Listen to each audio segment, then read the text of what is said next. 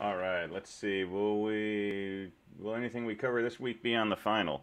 That is a good question. Possibly on the final exam of life. But I don't think any of this stuff will be on the final, but I mean if we've clarified something about threads on Monday, right, then that might be on there. But what have we been doing this week? So Android will not be on the final. Um, Huffman encoding and sockets in C, which we're talking about today, will not be on the final. What did we do? Monday was presentations. Tuesday, we did the URL class. The URL class will not be on the final. So yeah, I think you're safe this week.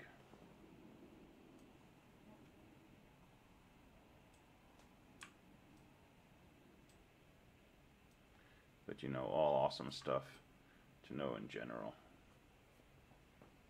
Thanks. Yeah, URL class.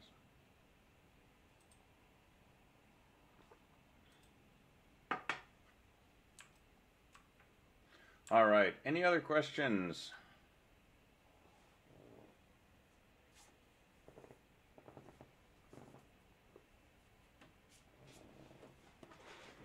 So yeah, this is basically bonus track stuff.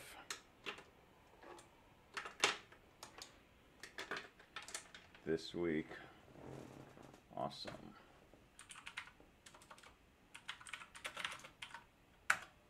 All right. Well, let's go way in the other direction. We played with URLs, which are super duper high level. Make an object and bingo, you got a web browser. And we played with Android Studio yesterday, which just like start the program and you've got a whole application written already.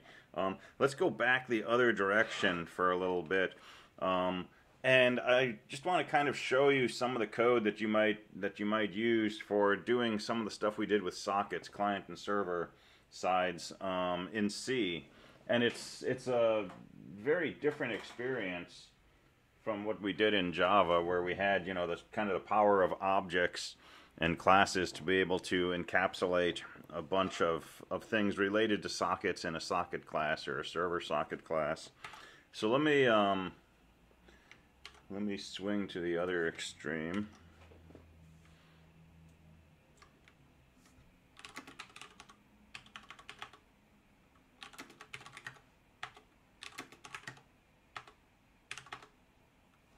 And let's take a look at how this works in C. And you'll encounter this at a university when you do like a system programming course.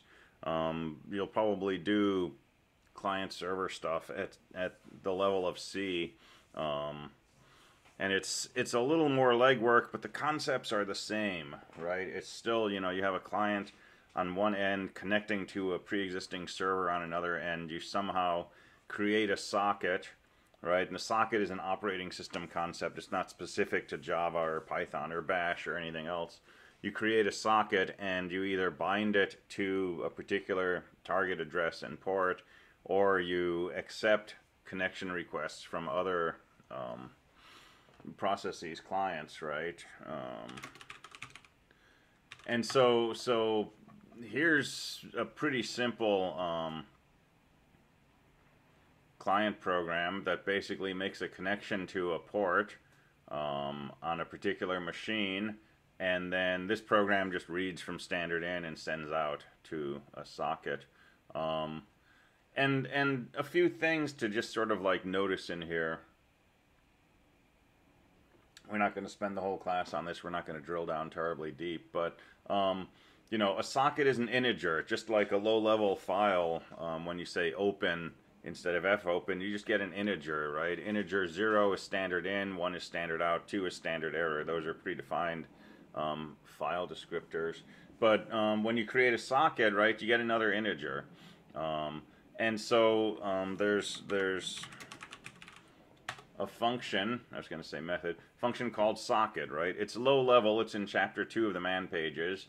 You've got to include some things, and it basically, takes 3 arguments. The domain, which is what kind of socket you want, which for us is going to be an internet socket. The type and the protocol. And so, you know, you have different choices for domain, and we used to use, you know, all kinds of different um, types of sockets. Mostly we just use Internet now, or maybe Internet 6. Um, the type is usually going to be just a stream, but we can make datagrams and all kinds of other things. And then we can specify some modifiers like don't block when you open, and so on and so forth.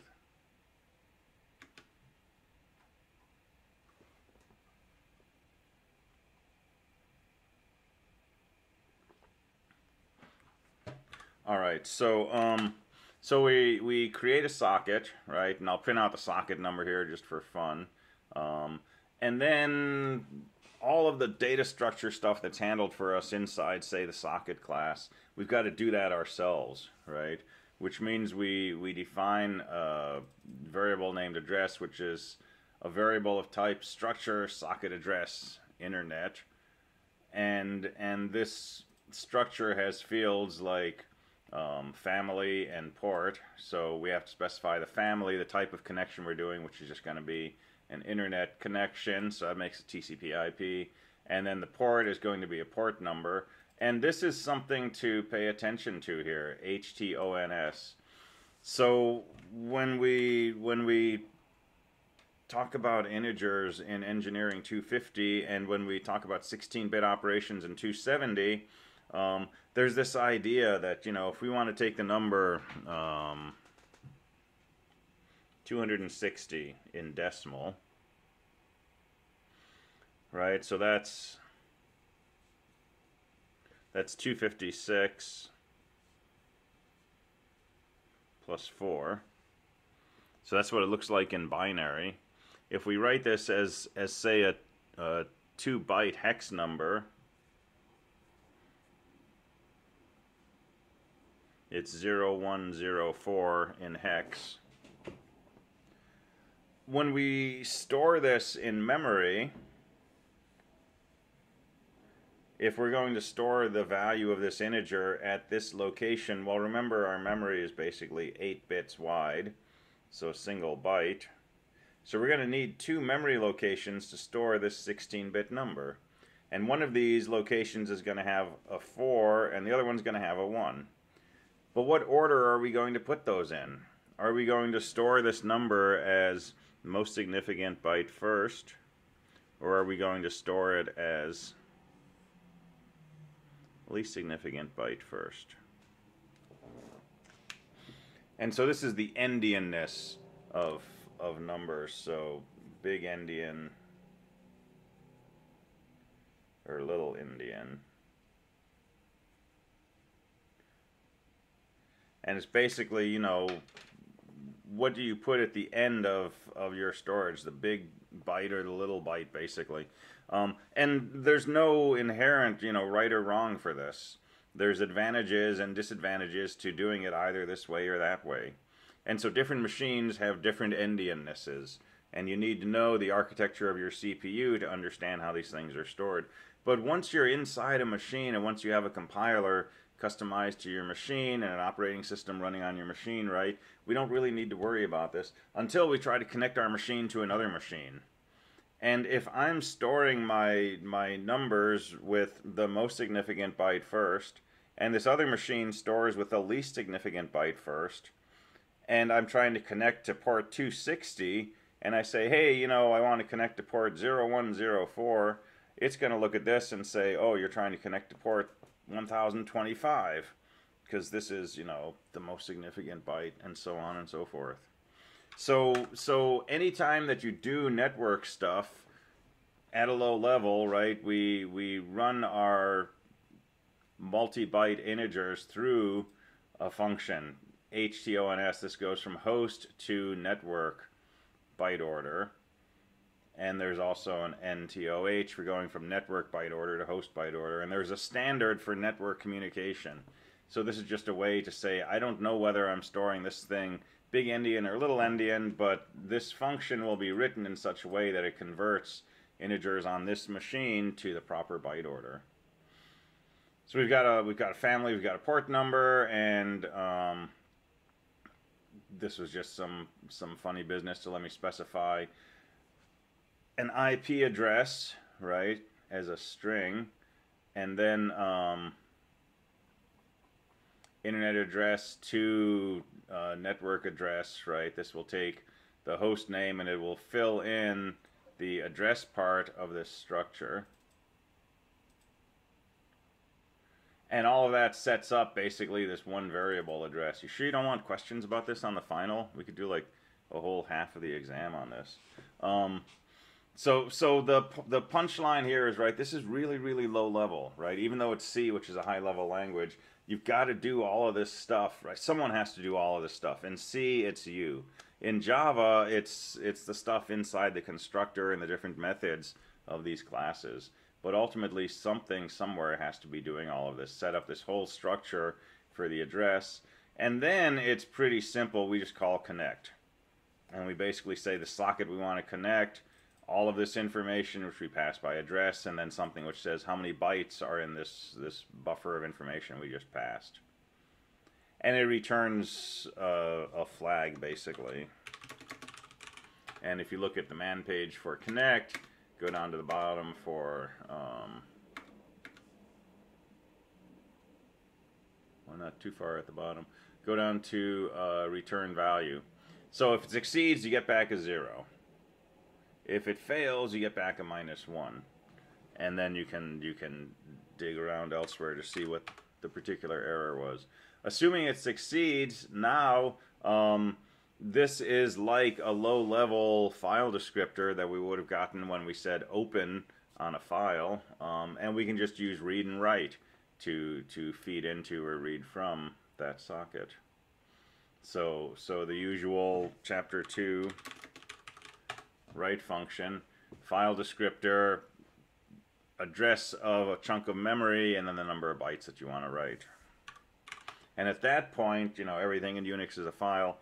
This works just like reading and writing to and from a file, except it's a socket, so it's connecting to something on the other end. On the server side, it's a little different, right? So you still start off with a socket, and there's no special server socket in C the way there is in Java. It's still just a socket we constructed like this. We say it's an internet, we put in a port number, but we set the address to this special thing, address underscore any, which means we're going to accept connections from anyone. And then we make a call to bind. So what does bind do? It basically says here's a socket that's bound to this address, but it's not connecting to something. It's basically creating a server socket. Once we have that, we can say listen, and listen says wait for somebody to make a connection request and come back when such a request occurs. This 5 here, this is how many requests can be queued up. If you don't specify that, you could get hit with a billion requests and you get a denial of service. So that's the length of the incoming queue, the backlog. And most of these things, when they succeed, they return 0. So get the result from listen, and then you can go ahead and accept that connection request. So 2 separate steps in C. The first is listening for a connection request, and then the second one is to actually accept it. And once you accept it, accept returns a new socket, and that's the socket that's connected to the client. Right? So this is like, you know, the return value from the accept call in a server socket object. So there's our new socket. We'll print that out. We can go ahead and get the host name if we want, because the accept fills in information about the client that connected to us, and so we can change that into a name and print that out. And then, you know, here's just a little loop that's going to read from the socket, print it out to standard out, and I'm just flushing so I don't have to wait for a new line to see what got sent.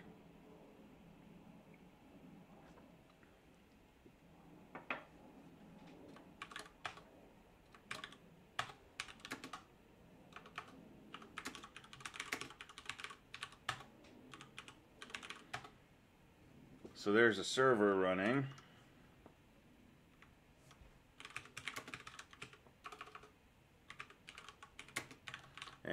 think I did 1234. So if I connect to my local machine at 1234, nope.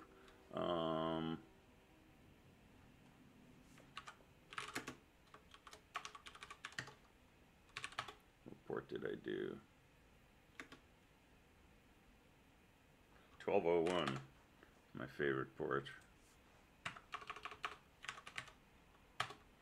All right, so it tells me it's created a new socket with ID 3, right? 0 standard in, 1 is standard out, 2 is standard error. The next one available was 3.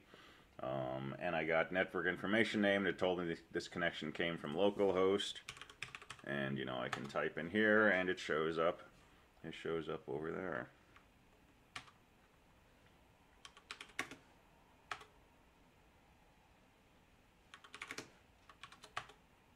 Let's see if I can do this.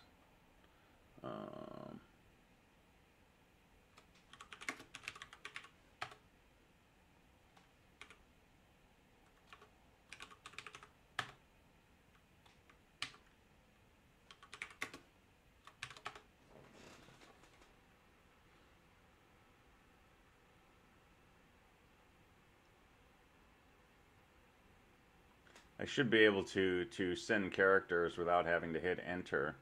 I don't remember how to do that off the top of my head.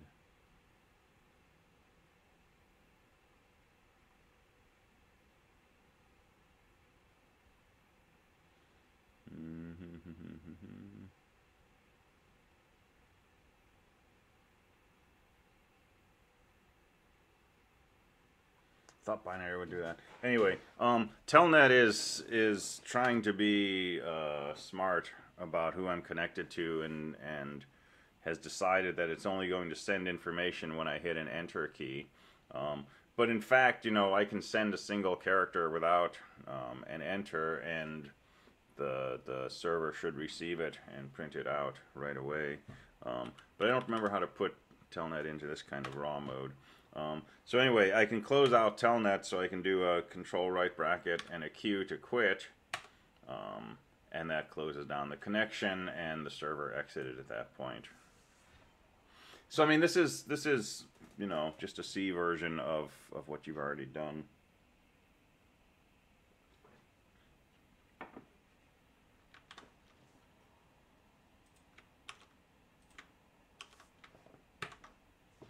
All right. Any questions, comments on that?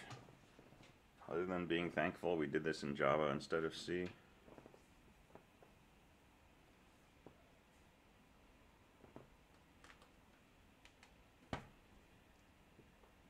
Yeah. But it's still a fun thing to do at least once. Code this stuff up in something lower level. And you can code it up in assembly language, and then have a really good time. And you know, if somebody had to write this in C initially, so it's doable. All right, let's see. So that's kind of a flashback to 224. Let's switch gears and go back to 222. There's a data structure concept I did not get to in 222 that I decided I would do in this class, which is talking about compression. Do you know what other sorts of programs we'd write in a system programming class? You'll definitely do a bunch of stuff with client server. You'll do things that involve low-level file I/O. You'll do things that involve managing multiple processes, scheduling jobs, all sorts of stuff. I don't think you'll do stuff for like writing device drivers unless you do an embedded systems course maybe. But yeah, primarily in C for the low-level stuff. Sometimes maybe in Python. I know some of the classes at WSU give people a choice of working in Python or Java, but you can definitely expect a lot of C, expect a fair amount of Java, and maybe some Python, and maybe some other stuff.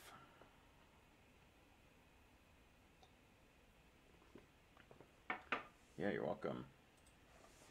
it's a fun program. Lots of good electives available, and lots of good chance for working on larger projects. Um, so that's all really good stuff. A fair amount of group work probably, so it's good to sort of uh, find a group of people that you like working with, and get good at coordinating all of that. Yeah, it's pretty exciting. I think it'll be a really good time for people. And then on the other side, you know, you got a bachelor's degree in computer science, so that's like bonus. Um,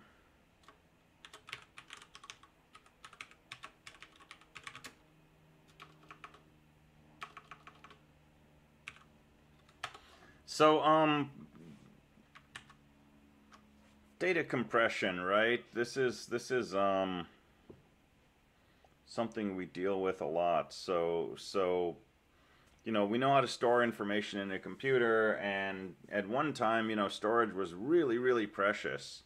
So when I was an undergrad, we had a computer that the school used, and you got an account on it, and you know, all the engineering students would be using this one CPU. It was a 1 megahertz machine, and it was shockingly fast. Um, and it had some hard drives, and the hard drives looked like upright washing machines, right? So they stood about, you know, 3 feet tall, 4 feet tall.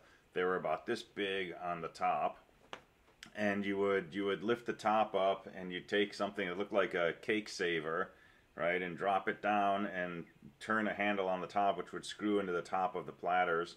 And then you could pull out the hard drives, and you know, replace the hard drives with another set of hard drives. And it was all very delicate, super expensive, right? You couldn't smoke. It was a sealed room, all kinds of stuff like that. And those drives were a few hundred megabytes of storage, right? Which was like mind-bogglingly huge. So storage, you know, has traditionally been kind of at a premium, and the era we're in now, where you can, you know, buy 10 terabytes for a few $100 from Amazon, and sit it in the corner of your desk, sort of changes everything. Yeah, that was literally mounting a drive, right?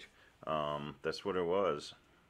Um, so for decades now, people have studied data compression and how can we store information in less space than what we would use in a straightforward representation. And so typically, you know, if we want to store text, we have ASCII codes, and so, you know, 7 bits gets you a character.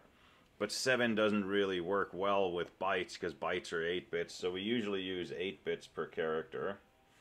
And so if you have 1,000 characters, it's going to take you 1,000 bytes to store. Um, and so images, you know, are one of the earlier large files that we needed to store. And executable programs traditionally were not very large. A few K would be a large executable, right? The source code would be big, but the actual executable, you can do a lot in a few thousand bytes of x86 code, right? But the idea of a program taking a megabyte of main memory was just, you know, ridiculous. Um, because it's not until you start, you know, building these huge sets of infrastructure that get linked in with your program and so on, that you get to these big sizes. But images were, you know, an early example where you needed a lot of memory to store information. But you know, things like JPEGs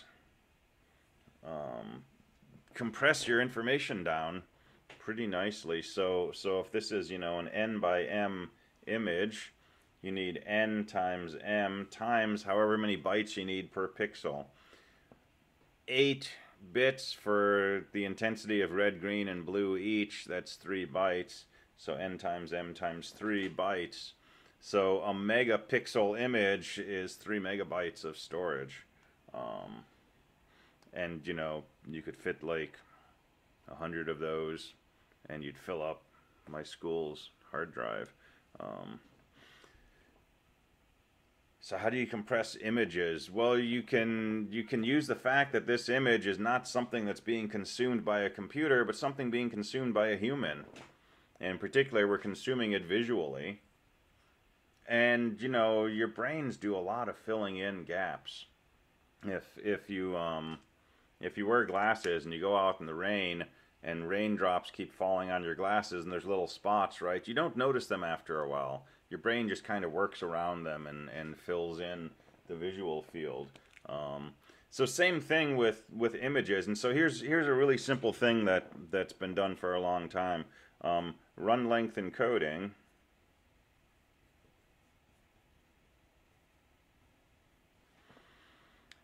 And the idea is that when you look at an image, there tends to be lots of horizontal lines. I mean, if you just kind of look out the window, if you have a window, right, there's lots of horizontal lines, and possibly not a lot of change in pixel intensity as you move across one of these lines. And so if you look inside pixel map, you might find that a particular pixel value is repeated a bunch of times side by side.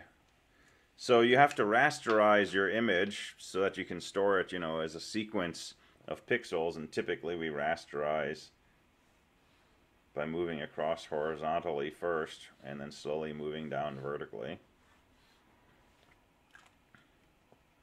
And that's a good way to store an image, because that's how we need to pull the image out of memory as we're feeding bits to a display driver. And so what we can do is we can say, you know, if there's 100 occurrences of this same pixel value, let's not store it 100 times. Let's just store how many times it occurs, and then store the pixel value that occurs that many times. And we could store, you know, 100 copies of some particular pixel value with two pieces of information, the number 100 and the pixel value. And so you add some tags in, so you know if you're looking at a run length encoded stretch of bytes or not. But you know, it's a pretty simple compression technique, and it's lossless, right? It doesn't lose information. But other forms of compression take advantage of the fact that, you know, if you're a person looking at this, there's certain things in here that you may not notice, right? If you look at it, you're not going to see a big difference, but it may be easier to store by modifying this picture slightly. Right. That's also a classic covert channel, right? You can store hidden information inside a JPEG by just taking some of the less significant bits in different pixels and repurposing those to store information. So let's say you've got, you know, 256 bits of value for each color on each pixel.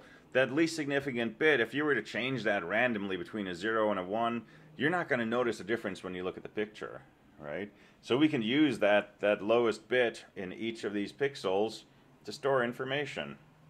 You know, store a secret message, or, you know, some code that's going to be executed at some point or whatever. So lots of things in there. But let's look at lossless information storage.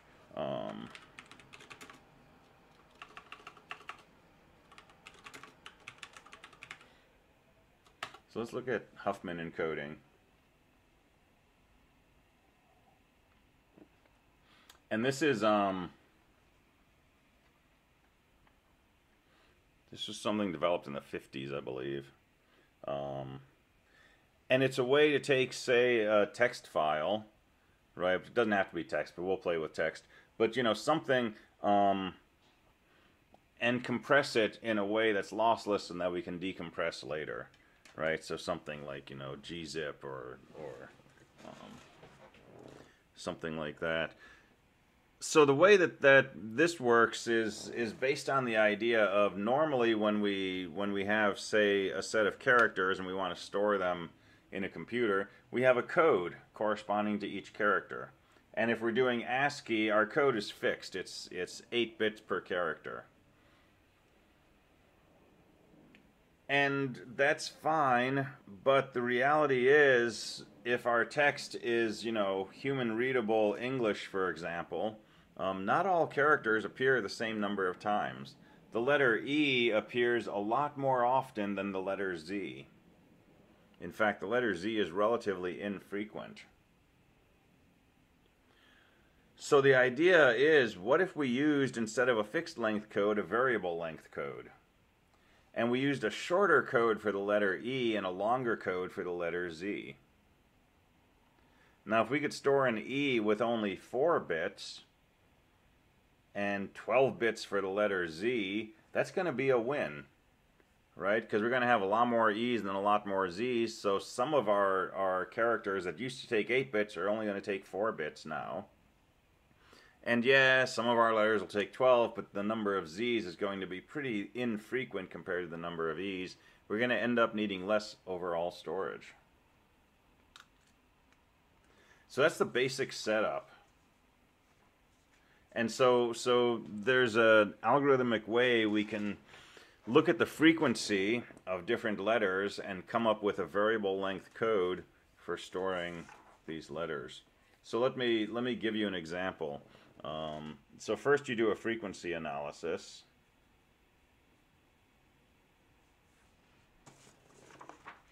And let's just suppose your text is composed of 4 letters, A, B, C, D. And let's suppose that A occurs, let me do this as percentages. Let's just suppose that A occurs 70% of the time. B occurs 15% of the time. C occurs 12% of the time. And D occurs, whatever is left, 3% of the time. Alright, so we're going to have a file containing just A, B's, C's, and D's. And we know that we could use 2 bits for each of these, 0, 0, 0, 1, 1, 0, 1, 1, and we could store, information like that. But we can take advantage of the fact that A is much more frequent than D. And if we can make A a really short code and leave a long code for D, we'll end up needing less storage overall on average. Alright, so here's how Huffman encoding works. Pick your 2 lowest frequency elements. In this case, it's C and D. And we make a little binary tree out of those. And we write down at the root of this tree the sum of the frequencies of those 2 elements. 12 plus 3 is 15.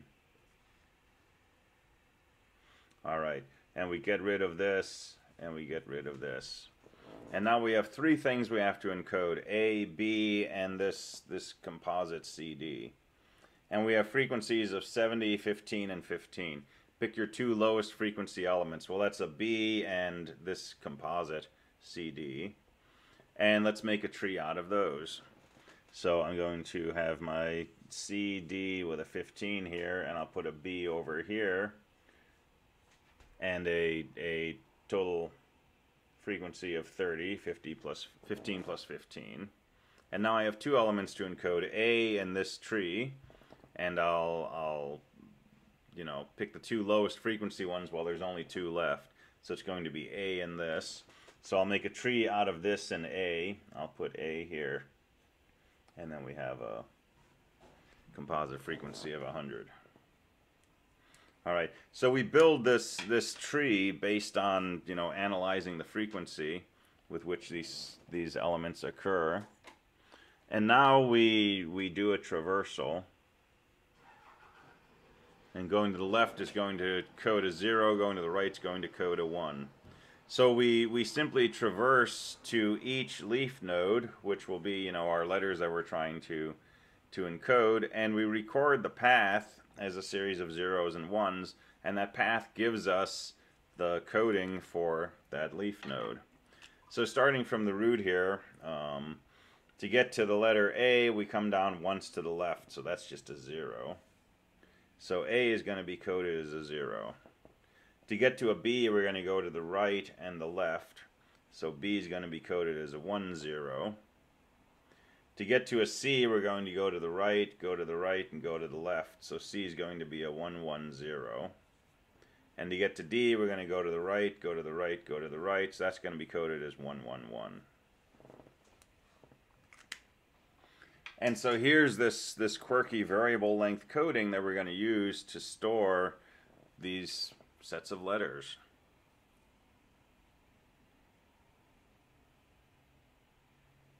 Yeah. So if we had 100 characters,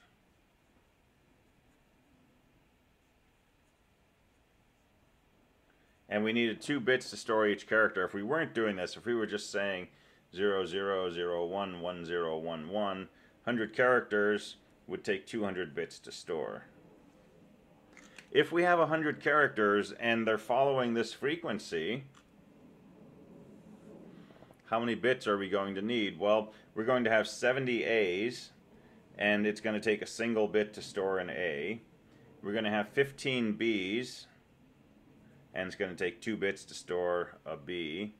We're going to have 12 C's, and it's going to take 3 bits to store a C, and we're going to have 3 D's, and it's going to take 3 bits to store a D. And so that's 70 plus 30 is 100, 36, 145 bits. So it takes about 3/4 the space of the original.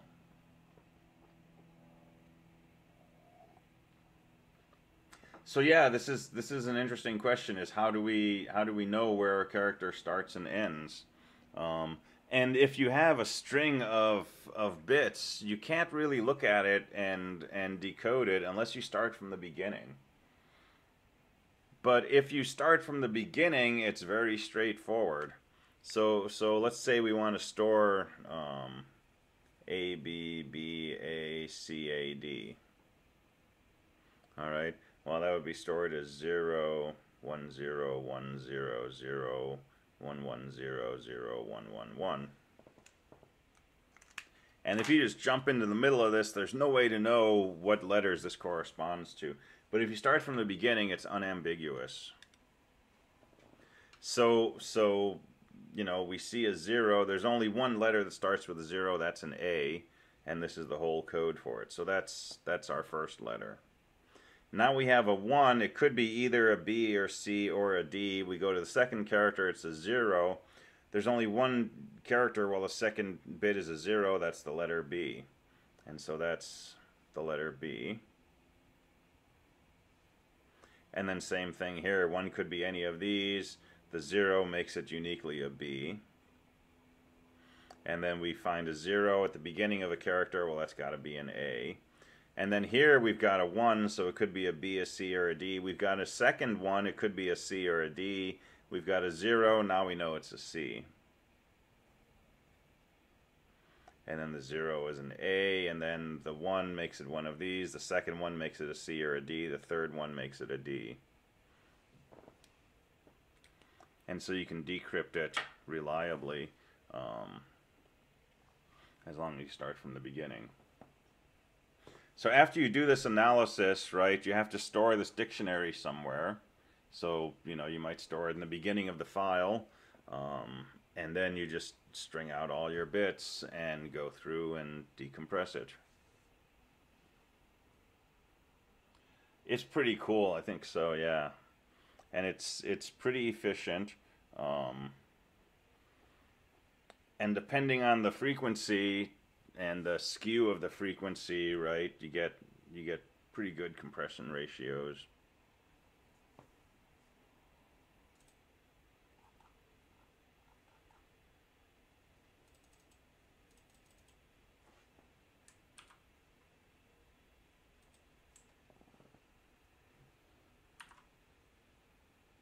Yeah, it's similar to when we did grammars from 215, right? This is how we parse things out.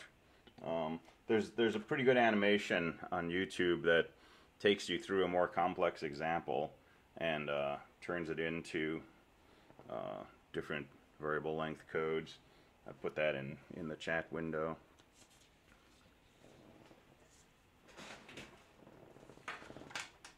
So let's do one more of these. Let's do a more complex example.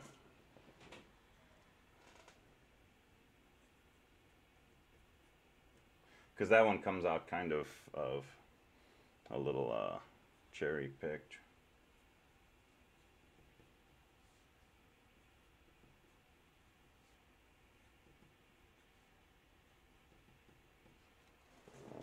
All right, so let's suppose these are our frequencies. So pick the two lowest frequency elements. So that's going to be an E and an F. And let's make a tree out of those. So I'll do E, F. And 9 plus 5 is 14. So we've used these up, and now we have A, B, C, D in this tree. Pick the two lowest frequency elements. So that's going to be B and C. And let's make a tree out of them. So we'll put B and C. And the composite frequency there is 25. So we've used those. So now we've got a 45, a 16, a 25, and a 14. Pick the two lowest frequencies from there. That looks like this 14 and this 16. And, you know, I can put the D over here. I can put the D over there. You'll get different codings, but you'll end up with the same length. So I've got more space over here, I think. So I'm going to put the D over here. And 14 and 16 is 30. So now I've got a 25, a 30, and a 45. So these are the two lowest. So I'll put those together. And that's a 55. And now I've got a 55 and a 45. Those are my only two elements left. So I'll put an A here, and there's 100. And now we can fill in the ones and zeros. So there's a 0, 1, 0, 1, 0, 1, 0, 1, 0, 1. And so if we write the codes,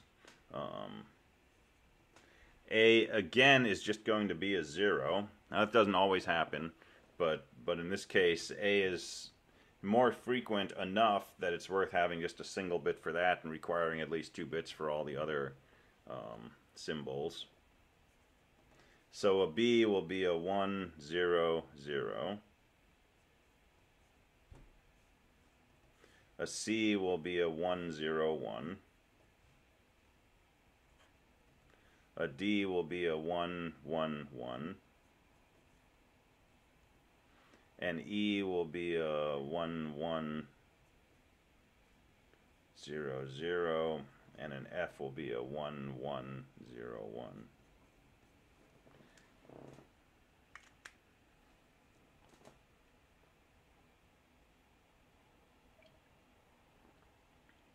And there's no code with only 2 bits in it, right? And that's kind of a consequence of the fact that among these remaining symbols, the frequencies were pretty similar. But nonetheless, this gives you a very efficient coding, and the same way to decode.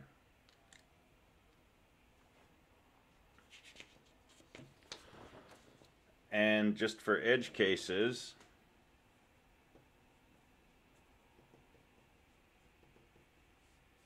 well, let's do 25.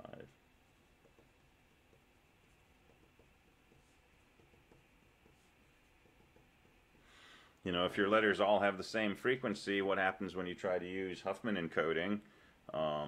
Pick 2 lowest frequency terms, so A and B. And then 50, 20, 25, 25, so C and D are the lowest. And then these are the 2 lowest. And now code this up in binary. And what do you get? A is a 0, 0, B is a 0, 1, C is a 1, 0. D is a 1, 1. And you just get a plain old, you know, full encoding, uniform length code. Which is kind of what you would want, because there's no advantage to making one symbol shorter than the others. And, you know, if I pick one of these to be only a single bit, I can't use 2 bits for the others. I can't use anything that starts with a 0.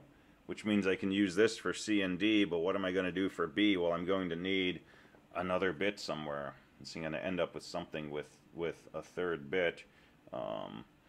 And if I have, a 3-bit coding, well, it's going to have to start with a 1. I can't use a 0, 0 and a 0, 1 here because I'm going to need to know, do I need a third bit? And these earlier bits are in some sense signifying, do you need another bit after this or not? So this is going to be our best way to store it if we actually had these frequencies. So you could use this for text, right? Because we know text has uneven frequencies. You could use this for music, depending on how you encode your music. There's typically, patterns that repeat in the music, and if you can find a coding for, some phrase that occurs a lot, you can end up compressing things. And music's another thing where you can compress lossily or losslessly, depending on your goals. And the lossy compressions take advantage of things that are less obvious when you hear music, depending on how good your headphones are. So anyway, that's just another example of an algorithm. It's an application of binary trees, and it's a kind of a 222 thing. But you'll probably encounter Huffman algorithms later on. Alright, so that's all I had today. So tomorrow, basically just we'll do a quick review of the course. If you have any questions, definitely bring them to class tomorrow. I'll try to post like a topic summary, but you've been here, you know what we're doing, right? And the final will be more heavy on the stuff after the midterm. So networking, sockets, servers, clients, that kind of stuff, threads, and dealing with multiple threads and synchronization and so on, and GUI stuff. And yes, Monday, 10 o'clock to 11:50 a.m. And it will be just like the midterm. It will be an assignment that opens up at 10 o'clock. Go ahead and download it, write up your answers, upload them as a PDF. So we'll go through logistics tomorrow also. Alright, cool. That's all I got. Have a good one. Watch out for the rain. And I will see you next time.